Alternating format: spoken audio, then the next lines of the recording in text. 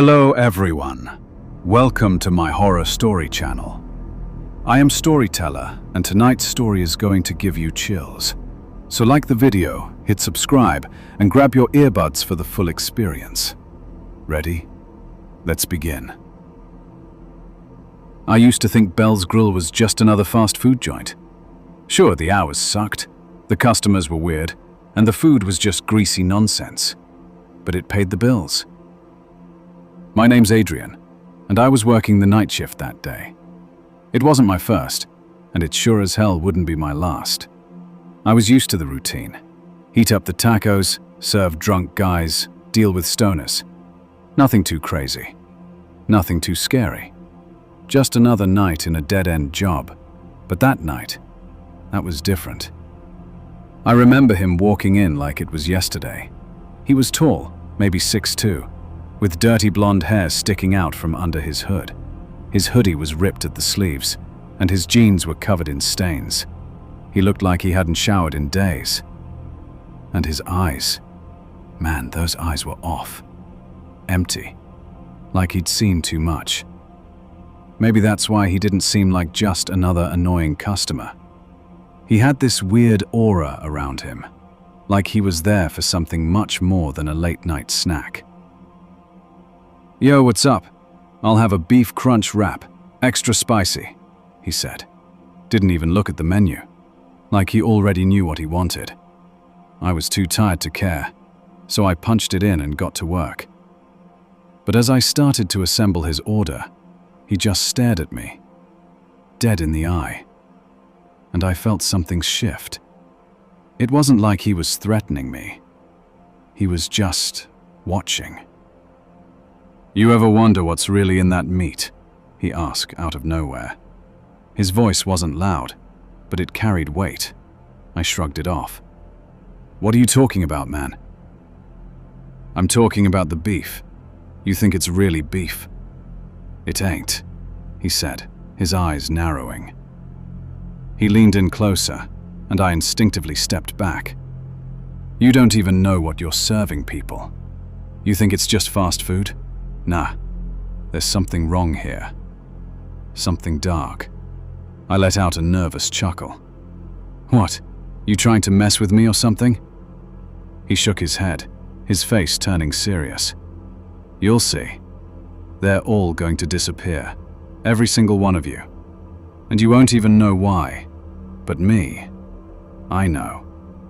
I was about to brush him off, tell him to leave, but then he hit me with something heavier. "I used to work here, man. I know what happens after hours, and I'm telling you, this place ain't what it seems." His words hit like a punch to the gut. I didn't know what he was on about, but something about it didn't sit right. Maybe it was the look in his eyes, or maybe it was just the fact that he sounded dead serious. I wasn't sure what was going on, but I wanted him gone. I handed him the crunch wrap, probably a little too fast. "Yeah, all right, man. You can take your food. Just leave me out of it." He grabbed it and nodded, still staring me down. "You'll see, Adrian. You'll see." And then, just like that, he walked out, leaving me standing there with a bad taste in my mouth. The next few days were a blur, but things started to get weird. Couldn't shake the feeling that something was off about the place. It was the way my co-workers started acting strange. Maya, the cashier, was always looking over her shoulder, like she was expecting someone. And Eddie, the cook, looked like he hadn't slept in days. His eyes were bloodshot and sunken. They used to joke around, but now they didn't say a word, just did their job, kept their heads down. I thought I was just paranoid, but then it got worse. One night, while taking out the trash, I spotted a piece of paper pinned to the old staff bulletin board. The handwriting was messy, rushed, like someone scribbled it down in a hurry. It read, "Do not ask about the missing employees. Stay quiet. Do not question it." I froze. My heart hammered in my chest. This wasn't a prank. This was real. The next few shifts, I was jumpy. Every time someone vanished mid-shift, no one said a word. Maya would disappear for hours. Eddie started showing up late, then sneaking out early. It was like the place was swallowing people whole, and I couldn't get that guy's warning out of my head. Then, one night, I saw something I'll never forget. I was cleaning up in the kitchen when I noticed a half-eaten taco sitting on the counter. But the meat inside, it was black, not char.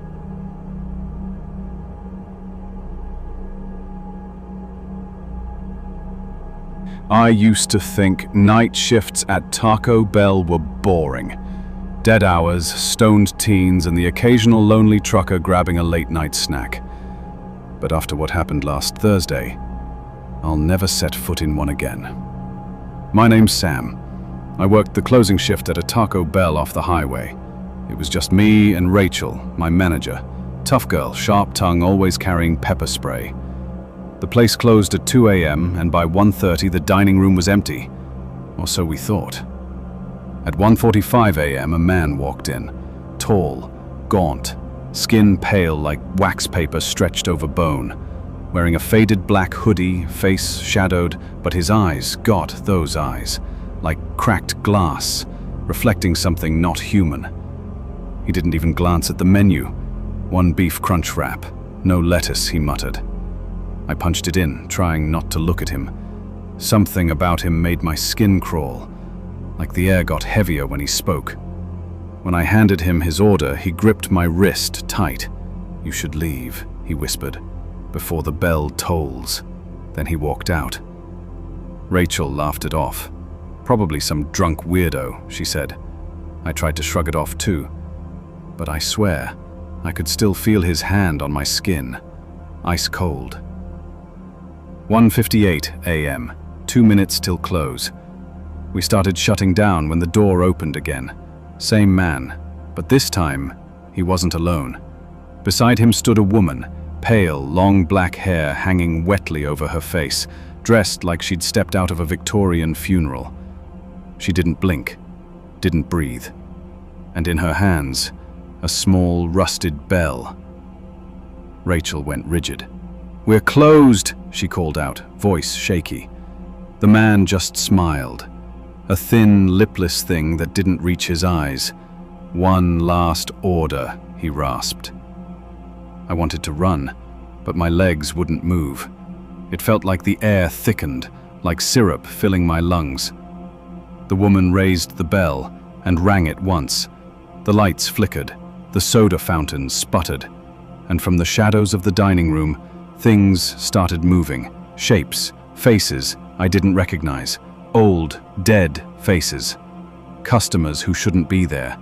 Skin rotting, eyes empty, wearing Taco Bell uniforms from years ago, even decades.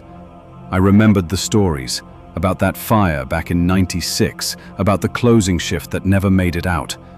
And now they were here. Rachel grabbed my arm. "To the kitchen, now." We bolted through the swinging doors as the figures closed in. Inside, the lights flickered, the air reeking of burnt oil and decay. Rachel grabbed a kitchen knife. I grabbed a broom like an idiot. The man's voice echoed from the dining room. "One last order, before the bell tolled." Then that damn bell rang again. The kitchen door burst open. The woman glided in, feet not touching the floor, bell in hand. Rachel hurled the knife. It passed through her like smoke. We backed into the walk-in freezer, slamming the door shut. It was freezing, pitch dark, our breath visible in the stale air. Rachel whispered, "They can't follow us in here. Spirits can't cross thresholds of cold." No idea where she heard that, but it was all we had. Then, a voice right outside the door. "Order up!" A hand slammed against the glass, another and another. The freezer light flickered and something began scratching from inside the walls. Rachel's phone buzzed. 1:59 a.m., 1 minute left. I realized then, they could only claim us before 2. That's why the man warned me, before the bell tolls. I set my phone alarm to 2 a.m., 30 seconds. Outside, the bell rang again. The scraping grew louder. Whispers filled the freezer. Join us, one last order. 20 seconds. Rachel clutched my hand. 15. The door rattled. 10. A pale hand slipped through a crack in the frame. 5. The bell rang. 3. The freezer light exploded. 2. The noise hit like a shockwave. The hands vanished. The door stopped rattling. The whispers fell silent. It was 2 a.m., and they were gone.